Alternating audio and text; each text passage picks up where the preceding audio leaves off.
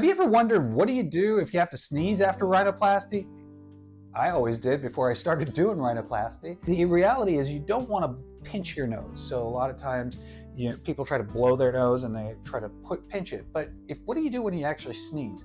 I always tell people, keep your mouth open and then try to sneeze with your mouth open so you relieve pressure and not force so much air out through the nostrils.